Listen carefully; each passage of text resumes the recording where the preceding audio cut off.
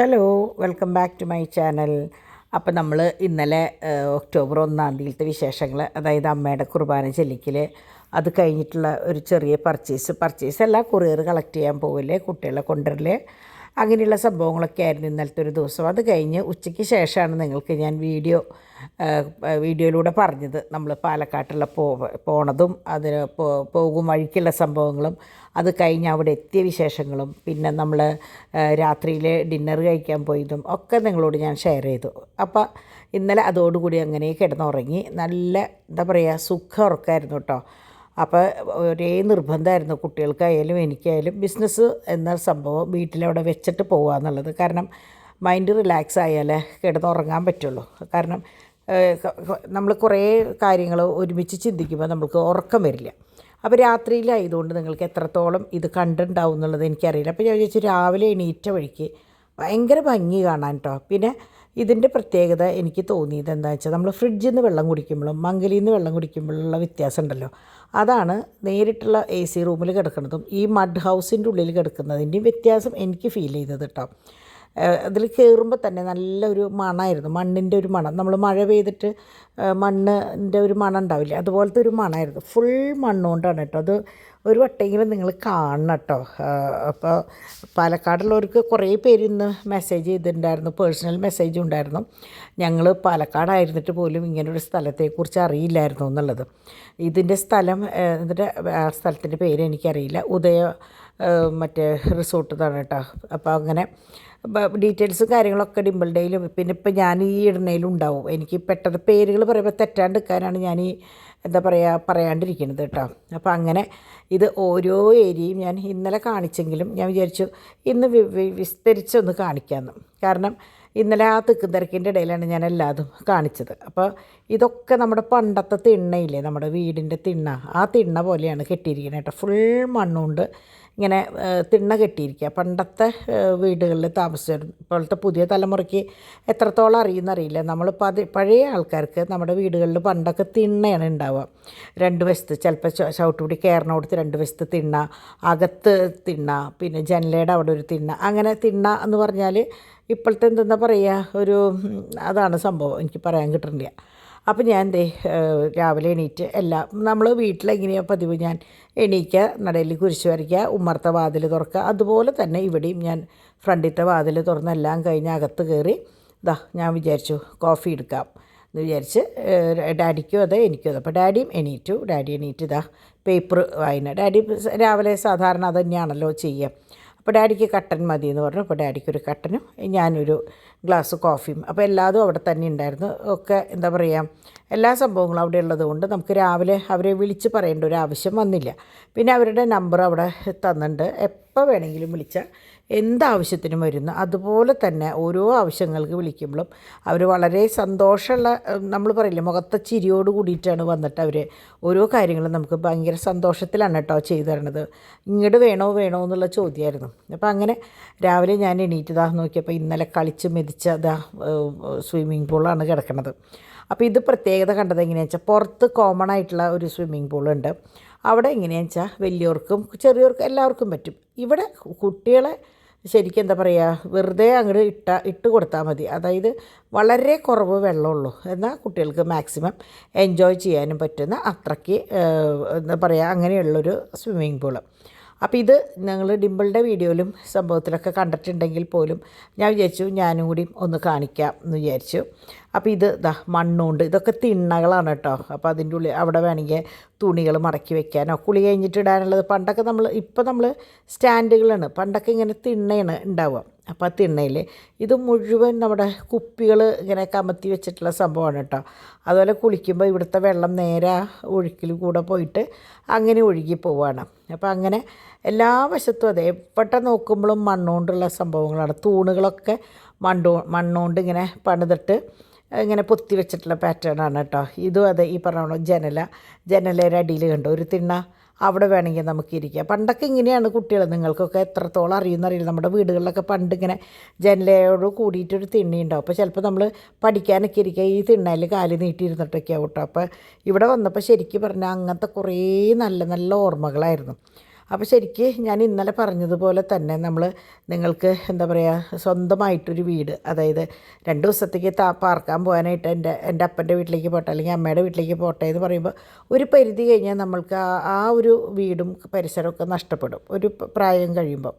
അപ്പോൾ നമുക്ക് 2 ദിവസം അല്ലെങ്കിൽ ഒരു രാത്രി എവിടേക്കെങ്കിലും ഒന്ന് മാറി നിൽക്കണം എന്നൊക്കെ തോന്നുമ്പോൾ നിങ്ങൾ തീർച്ചയായിട്ടും ഈ ഹോട്ടൽ ഇവിടേക്ക് വരണം എന്നല്ല കേട്ടോ ഞാൻ പറയണത്, എവിടേക്കെങ്കിലും ഒരു ദിവസം നമ്മൾ മാറി എല്ലാം മറന്ന് ഒരു ദിവസം ഒരു രാത്രിയെങ്കിലും സുഖമായിട്ട് നമുക്ക് ഉറങ്ങാൻ പറ്റണം. അത് ഇവിടേക്ക് വേണമെന്നല്ല, വേളാങ്കണ്ണിയിലേക്കോ അല്ലെങ്കിൽ നമുക്ക് ഇഷ്ടപ്പെട്ട ഏതെങ്കിലും തീർത്ഥാടന കേന്ദ്രമോ അല്ലെങ്കിൽ എന്താ പറയുക മറ്റേ തീർത്ഥാടന കേന്ദ്രം മാത്രമാവണമെന്നില്ല കേട്ടോ, ടൂറിസ്റ്റ് കേന്ദ്രങ്ങളോ എവിടേക്കെങ്കിലും ഒരു രാത്രി നമുക്ക് സ്വസ്ഥമായിട്ട് പോയി എല്ലാം മറന്നൊന്ന് സുഖമായിട്ട് ഉറങ്ങാൻ പറ്റിയാൽ ഏറ്റവും നല്ലതെന്ന് ഞാൻ പറയുള്ളൂ, പ്രത്യേകിച്ച് ബിസിനസ്സുകാരോട് കേട്ടോ.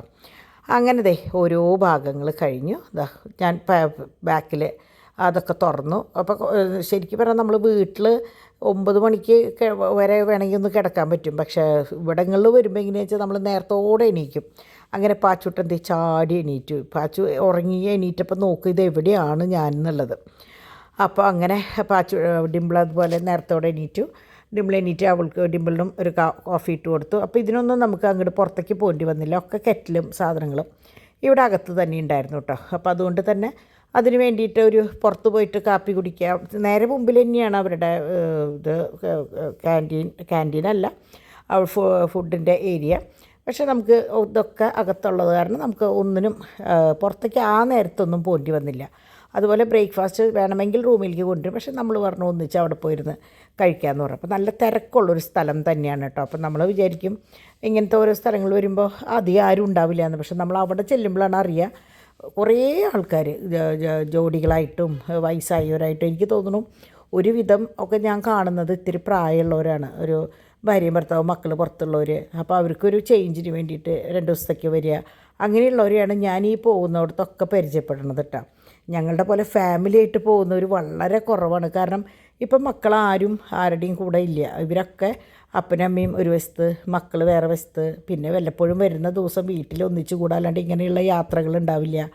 അപ്പോൾ അങ്ങനെയുള്ളതാണ് കാണണം. അപ്പോൾ ഞാൻ കുട്ടികളോട് പറഞ്ഞു നിങ്ങളും ഇതുപോലെ ഒറ്റയ്ക്ക് പൊക്കോ എന്ന് പറഞ്ഞപ്പോൾ അവർ കളിയാക്കുക, മമ്മിക്കും ഡാഡിക്കും ഒറ്റയ്ക്ക് പോകാനല്ലേ എന്ന് പറഞ്ഞിട്ട്.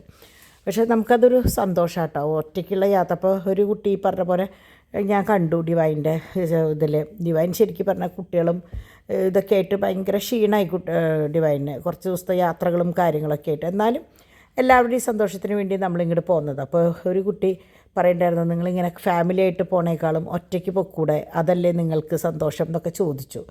ആ കുട്ടിക്ക് എനിക്ക് തോന്നുന്നു ഒന്നിച്ച് പോകുന്ന ഒരു സന്തോഷത്തിനെ കുറിച്ച് ആ കുട്ടിക്ക് അറിയില്ല എന്ന് തോന്നുന്നുണ്ട്. കാരണം ഒറ്റയ്ക്ക് പോകേണ്ടടുത്ത് ഒറ്റയ്ക്ക് തന്നെയാണ് പോവുക, അവരുടെ കൂടെ നമ്മളാരും പോകാറില്ല. അതുപോലെ ഞങ്ങൾ ഒറ്റയ്ക്ക് പോകേണ്ടടുത്തേക്ക് ഞങ്ങൾ ഒറ്റയ്ക്കാണ് പോവുക. പക്ഷേ ഈ കുട്ടിക്ക് എനിക്ക് തോന്നുന്നു വിവരക്കേടുകൊണ്ട് പറയണതായിരിക്കാം, അല്ലാണ്ട് ഇപ്പോൾ നമ്മളെന്താ പറയുക. അപ്പോൾ ഡിവൈൻ്റെ മുഖം വാടി കണ്ടപ്പോൾ ആ കുട്ടി വിചാരിച്ചു ഇനി ഒറ്റയ്ക്ക് പോകാത്തതിൻ്റെ ഒരു വിഷമമാണ്.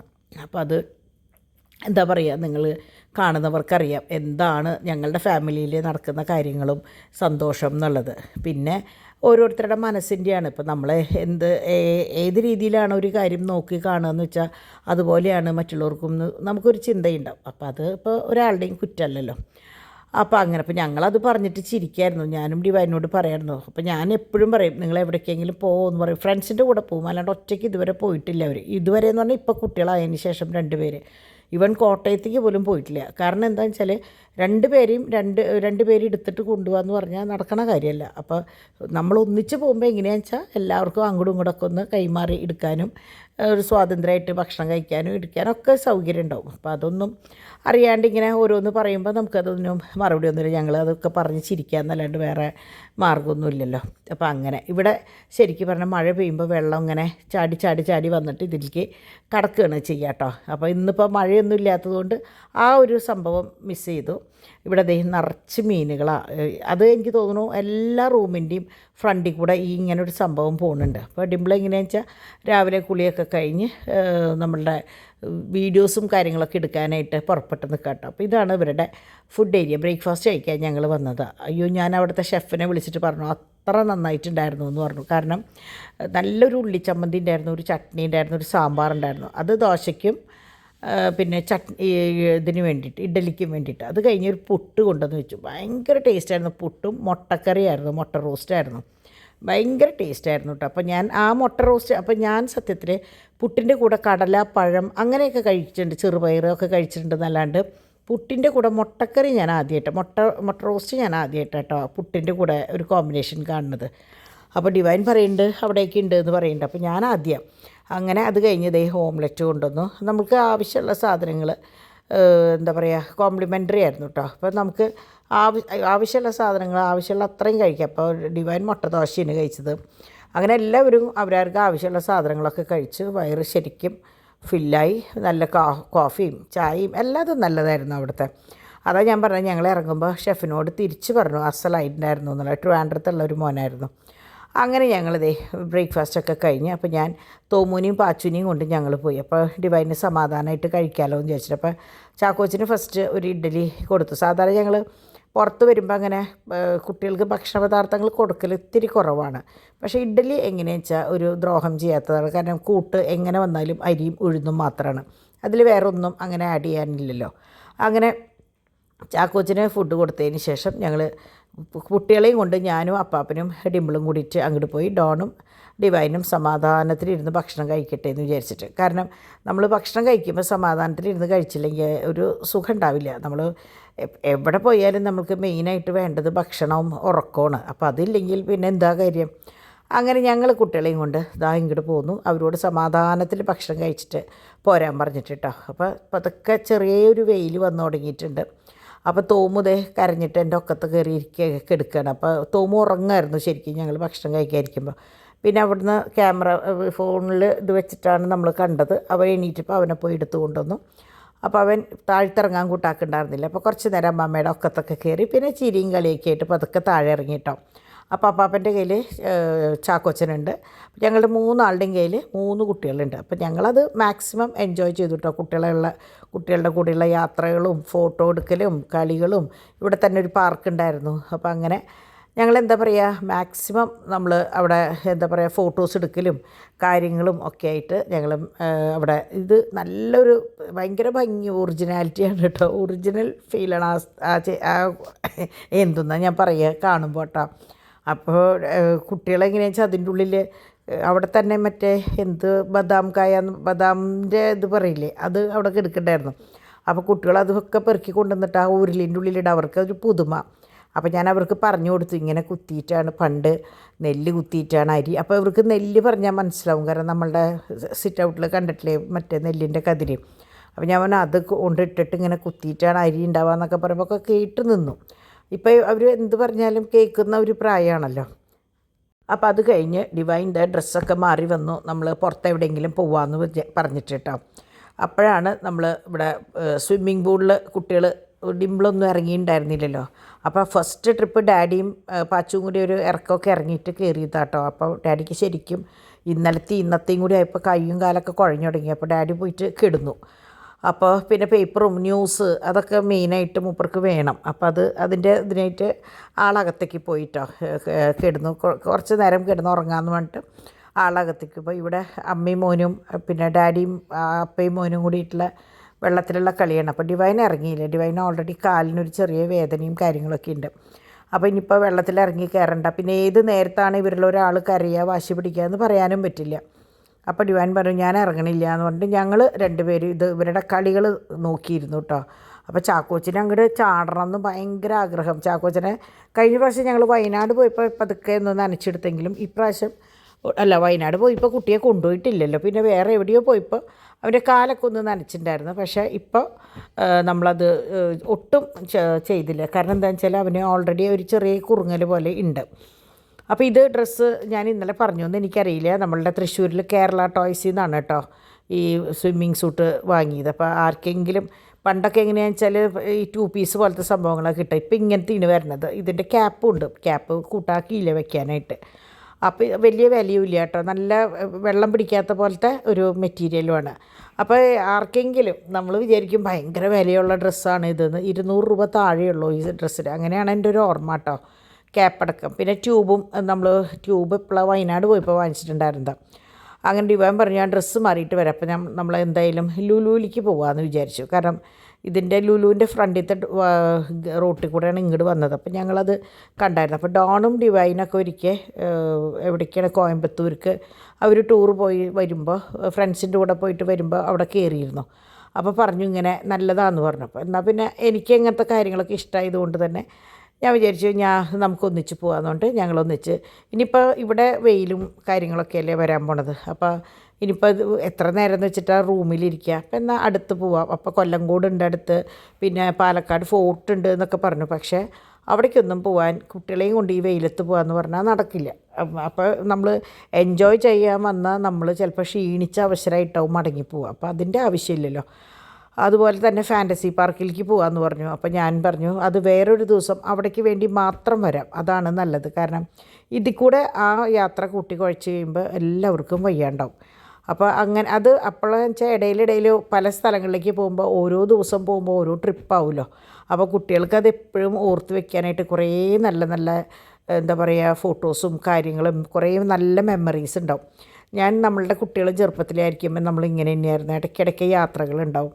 ആ യാത്ര കഴിഞ്ഞ് വരുമ്പോൾ വന്ന ഫോട്ടോസും കാര്യങ്ങളൊക്കെ ഉണ്ടാവും. അപ്പോൾ ഇപ്പോഴും നമ്മൾ ഇങ്ങനെ ഓരോന്ന് കാണുമ്പോൾ പറയും കേട്ടോ. അപ്പോൾ ഞാൻ അവിടെ നിന്ന് ഇറങ്ങണം. അപ്പോൾ ലുലുന്ന് പോയി വന്നതിന് ശേഷം നമുക്ക് റൂം വെക്കേറ്റ് ചെയ്താൽ മതി എന്ന് പറഞ്ഞു. അപ്പോൾ അങ്ങനെ ഞാൻ എല്ലാ ഭാഗവും ഒതുക്കുകയാണ്. കാരണം എന്തെങ്കിലും നമ്മൾ മറന്നു വെക്കുമെന്ന് അറിയില്ലല്ലോ. നമ്മൾ ഫാമിലി ആയിട്ട് വരുമ്പോൾ പലതും പലയിടത്തും വെക്കും. അപ്പോൾ അതൊക്കെ ഒന്ന് കളക്ട് ചെയ്ത് എല്ലായിടത്തും വൃത്തിയാക്കി ഇട്ട് കഴിഞ്ഞാൽ നമുക്ക് എപ്പോഴും വലിച്ചു വാരിയിട്ട റൂമിൽ നിന്ന് ഇറങ്ങുമ്പോൾ നമ്മുടെ എന്തെങ്കിലും അതിൻ്റെ ഇടയിൽ പെട്ടാൽ നമ്മളറിയില്ല. തിരിച്ച് നമ്മൾ ഓരോ ഭാഗം ഒതുക്കി ഒതുക്കി വന്നു കഴിഞ്ഞാൽ നമ്മളുടെ എന്തെങ്കിലും ഇടയിൽ പെട്ടിട്ടുണ്ടെങ്കിൽ നമുക്കത് കിട്ടും. അപ്പോൾ എപ്പോഴും നമ്മുടെ വീട് പോലെ തന്നെ നിങ്ങൾ കണ്ടിട്ടില്ലേ, ഞാൻ രാത്രിയിൽ എല്ലാ ഭാഗങ്ങളും ഒതുക്കി പാദ്യമ്പരം തുടച്ചിട്ടാണ് നമ്മൾ കിടക്കാൻ പോണത്. അതുപോലെ തന്നെ നമ്മൾ പോകുന്ന സ്ഥലം ഏത് സ്ഥലമായാൽ പോലും നമ്മൾ എന്താ പറയുക, ചിലരുണ്ട് വാടക വീട്ടിൽ പോകുമ്പോൾ അത് വാടക വീടല്ലേ എന്ന് പറയും. പക്ഷേ നമ്മളെവിടെയാണോ നിൽക്കുന്നത് ആ സ്ഥലം വീണയിടം വിശ്വലോകം എന്ന് പറഞ്ഞ പോലെ നമ്മൾ എവിടെയാണോ ചെന്നത് അവിടെ നമ്മുടെ സ്വർഗം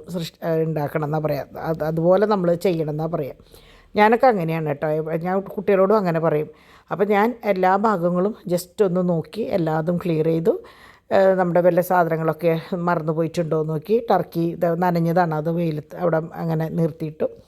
നമുക്ക് പറ്റാവുന്ന രീതിയിൽ നമ്മളത് ചെയ്തു. അതുപോലെ ഞാൻ ഉപയോഗിക്കാത്ത ബെഡ്ഷീറ്റും ടർക്കിയും മാറ്റി അങ്ങോട്ട് വെച്ചു. കാരണം വെറുതെ സംഭവം അതിൻ്റെ ഉള്ളിലുണ്ട് എന്ന് വിചാരിച്ചിട്ട് അത് വലിച്ചു വാരിയിടേണ്ട ആവശ്യമില്ലല്ലോ. അപ്പോൾ അതൊക്കെ അങ്ങോട്ട് മാറ്റി വെച്ച് അങ്ങനെ ഇതാണ് നമ്മുടെ മഡ് ഹൗസ്. ഭയങ്കര ഭംഗിയുള്ള എന്താ പറയുക, നല്ല റിലാക്സ് ചെയ്ത് നിൽക്കാൻ പറ്റുന്ന ഒരു വലിയ സ്ഥലം ആകാട്ടോ അത്. പെട്ടെന്ന് കാണുമ്പോൾ നിങ്ങൾക്ക് എങ്ങനെ ആവും എന്നുള്ളത് എനിക്കറിയില്ല. നല്ല വലിയ റൂമാണത്. അപ്പോൾ അങ്ങനെ അവിടെ നിന്ന് ഞങ്ങൾ ഇറങ്ങി ഞാൻ പറഞ്ഞില്ലേ ഇനിയിപ്പോൾ ലുലുവിലേക്ക് പോകാമെന്നാണ് പറഞ്ഞത്.